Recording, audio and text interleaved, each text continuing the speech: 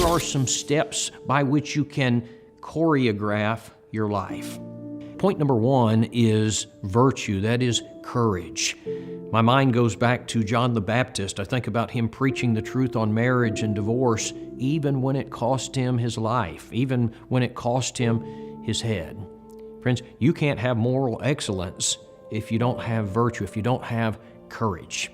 Okay, here is step number two. Add to your faith virtue, and to your virtue knowledge. Now, notice how this builds. I'm going to begin with virtue or courage, and then I'm going to add knowledge.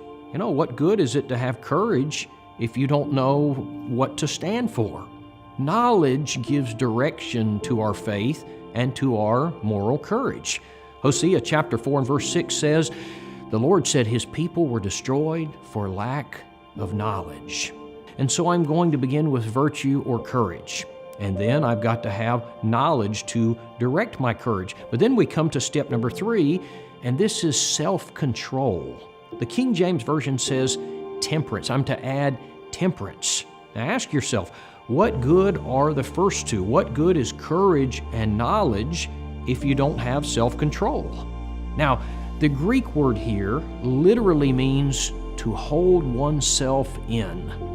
You know, sometimes there will be Christians who will just lose their temper or they give in to some sinful activity and they will say, "I just couldn't help myself." Friends, this grace says you can help yourself. You have to help yourself. A Christian has to learn to control himself. Step number 4 is perseverance. This word means steadfastness. This is persistence. It means that you never give up. This is the previous point, that is self-control, but this point means it's not just self-control today or tomorrow, but for the next 6 months and for the next 6 years and for the next 60 years. I just keep on controlling myself. I keep on being faithful to the end. I keep on evangelizing and doing Bible study. It's Galatians 6 and verse number 9. "And let us not be weary in well-doing, for in due season we shall reap if we faint not." Here is step number 5. Add godliness.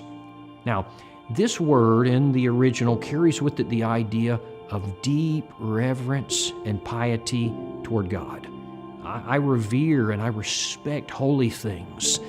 You know, when I come to worship, everything I do, I'm going to treat with the utmost dignity and reverence. You can see it in my demeanor. You can see it in my dress. You can see it in my attitude. You can see it in my enthusiasm. I respect things that are holy. Number 6, I add brotherly kindness. This word relates to the spirit of family that exists in the Lord's church. It relates to the fact that if one is a brother in Christ, there's a special kinship there. You know, I'm going to treat him with a special kindness. Galatians 6 and verse 10 says, "Therefore, as we have opportunity, let us do good to all, but especially to those who are of the household of faith." There's a special relationship toward my brothers and sisters in Christ. Romans 12 and verse 10 says, "Be kindly affectionate to one another with brotherly love, in honor, giving preference to one another."